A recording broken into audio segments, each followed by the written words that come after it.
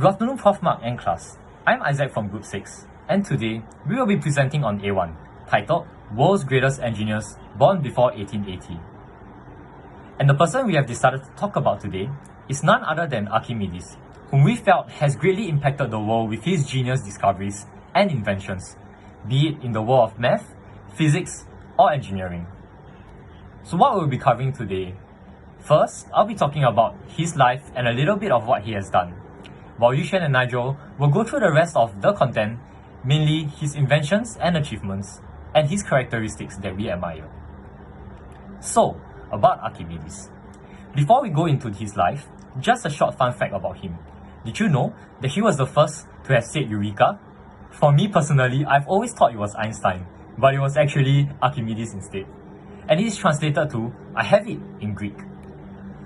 I feel like the most interesting thing to me is that he had this Eureka moment, which was later famously known as when he had discovered Archimedes' principle when he was in the bathtub. So never despise your deep shower thoughts. It could be the next big thing. Next, we'll be going through his life. So he was born in 287 BC, and he later traveled to Alexandria to study in around 269 BC, and in 262 to 215 BC was where he had most of his famous works and inventions. In 212 BC, that was when he was killed during a war. So, in 287 BC, Archimedes was born in a place called Syracuse, on an island of Sicily, Greece. It's a pity that not much is known about his family. One of Archimedes' friends, Heraclides, wrote a biography of him, but actually the work was lost. So actually not much was known about him or his family, except for his father, who was called Phidias and is a great astronomer. So back to Archimedes. In his early days, he went abroad to Alexandria, Egypt, where he studied at one of the schools established by one of the greatest mathematicians, Lucid, who was, fun fact, nicknamed the father of geometry.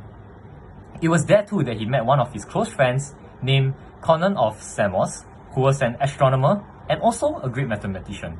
In fact, he was one of those whom Archimedes regarded very highly of in terms of his capabilities as a mathematician. After which, he came back to his homeland, Syracuse, and it was here that he spent most of the time in his life at.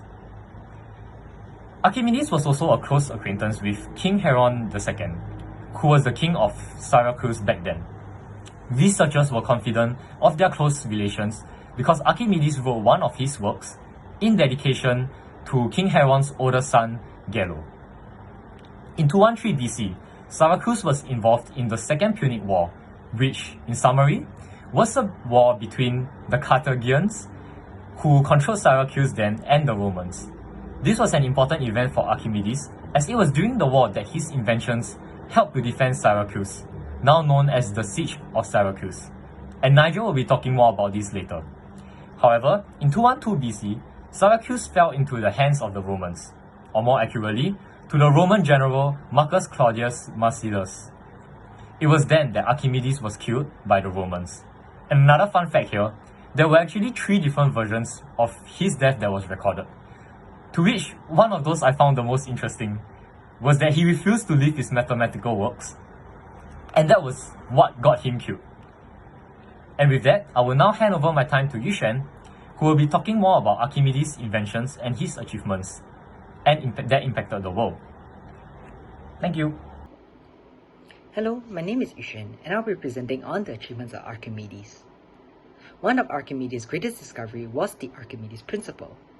This principle simply states that the buoyant force applied by the fluid is equal to the weight of the displaced fluid. Archimedes first discovered this when he was tasked by the king of Syracuse to determine if his newly made crown was indeed made of only gold and he was not cheated by the blacksmith. Archimedes gained inspiration for this discovery when he was taking a bath and realized that the water would overflow from the bathtub whenever he entered it. So, how has this discovery impacted us? Well, for starters, we might not have gotten boats if it wasn't discovered. Boats are only able to float as long as its weight is equal or lesser than the amount of water it displaces. Without Archimedes' principle, we might not have known to fulfill this condition to ensure that our boats would float. Similarly, hot air balloons are only able to float in the air when the weight of the surrounding air is greater than its own weight. The weight of the surrounding air can be easily manipulated by controlling the heat from the hot air balloon heat source. As you can see, two of mankind's transport relied heavily on Archimedes' principles to function. Without it, we might not have been able to unlock air or sea travel. Although Archimedes might not have been the first person to discover pi, he was the first person to have an accurate calculation of pi. The ancient Babylonians initially used a value of 3 to represent pi. This value was then appended to an approximation of 3.1605, which was a closer representation to the value of pi that we are familiar with, which is 3.14. Pi is defined as the ratio of the circumference of any circle to the diameter of that circle.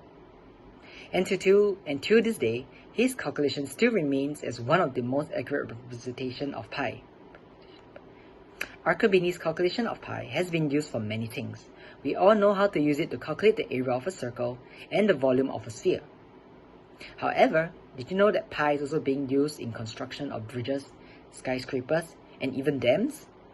If the structure has any circular components, it uses pi for calculation. NASA also employs pi in its calculation. Apart from trajectory calculation, they also use pi to track the movement of asteroids in orbit, and to even capture images of planets via the use of satellites.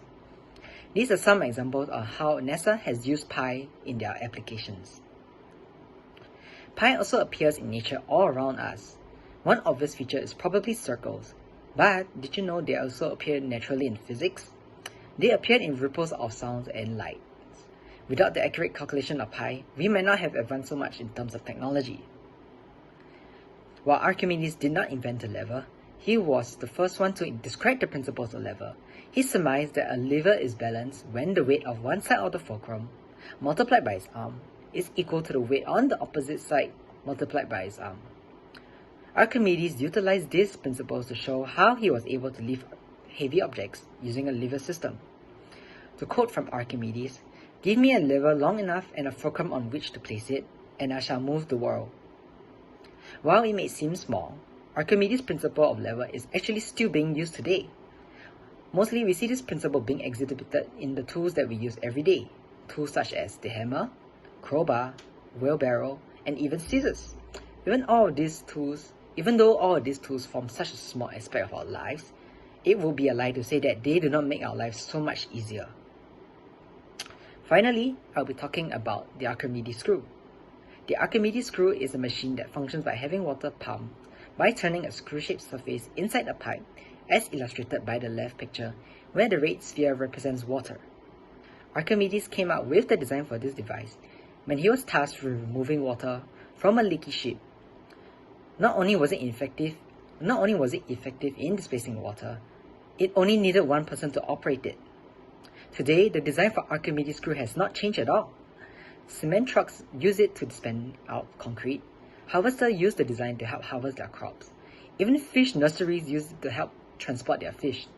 We can see how Archimedes' design has remained relevant and how his ingenuity has lasted for centuries. I will now pass my time over to Nigel. Dear friends, my name is Nigel Chok and I will be the speaker for the characteristics of Archimedes. The first characteristics of Archimedes I would like to share is his innovativeness, as he is renowned for overcoming challenges by implementing new innovative solutions and technologies. An example of his brilliance is the Archimedes Screw, which was an improvement from the chain pump that irrigated the gardens of Babylon. The chain pump, as illustrated above, has buckets attached to a chain. The chain is connected to two big wheels at the top and at the bottom. This will allow the chain to come back after it went to the bottom to retrieve the water. Slaves power the chain by pulling it so that it will continue to move. The buckets are tipped over at the top of the pump so that the high gardens could be reached and irrigated. By comparing the two different inventions, we can see that the Archimedes Screw is vastly superior to the chain pump. The Archimedes Screw is much more compact and requires less space to implement than the chain pump. It also does not suffer from the same drawbacks where the buckets may overspill due to strong winds, which decreases efficiency where the amount of water transported is decreased. From here, Archimedes serves as an example for us, as his inventions till now was able to address the challenges in the new millennium as mentioned in chapter 6. The Archimedes Screw is able to provide clean, potable water by transporting water from lower to higher land and is a critical component in wastewater treatment plants and for dewatering low-lying regions as illustrated in the right image. A variation of his invention by modern scientists is the Archimedes Screw turbine as illustrated in the left image, where it is implemented as a small hydroelectric power plant that provides an alternative source of renewable energy. Archimedes was able to increase the speed and efficiency in collecting water through his inventions, as water can be continuously pumped simply by rotating the screw. Archimedes, besides being a brilliant inventor, was also a role model for all of us as engineers, as he encompasses engineering ethics. During the siege of Syracuse by the Roman Republic in 213 to 212 BC, as Isaac has mentioned earlier, Archimedes was one of the defenders of the city. During that period, it was very common for invading armies to pillage, slaughter the masses, and take in the populace of the conquered territories as slaves. Archimedes, aware of this, designed war machines such as the Archimedes claw and Archimedes catapult to defend his hometown. By doing so, Archimedes was able to stall the siege by several months. Despite the eventual fall of the city which led to Archimedes' death, Archimedes has fulfilled his role as an engineer. As we learned in chapter 2, Archimedes was able to do both how to do things right by inventing practical weapons and how to do the right thing by using his inventions for the need of the society, which at that time was to defend his city. Archimedes should be applauded for his efforts as he fulfilled his social responsibility as an engineer towards the masses, as the lives of the populace depended on his inventions. Archimedes' ability to discover numerous theories, inventing machines that are still used today, is credited to his system thinking skills. When Hero 2 of Syracuse caught wind that his crown was adulterated with less valuable metals, he turned to Archimedes for help to verify his claims without breaking the crown to pieces. Archimedes, as he took his bath one day, realized that water was displaced as he enters the bath. He immediately came up with a theory which we all know today as Archimedes' principle.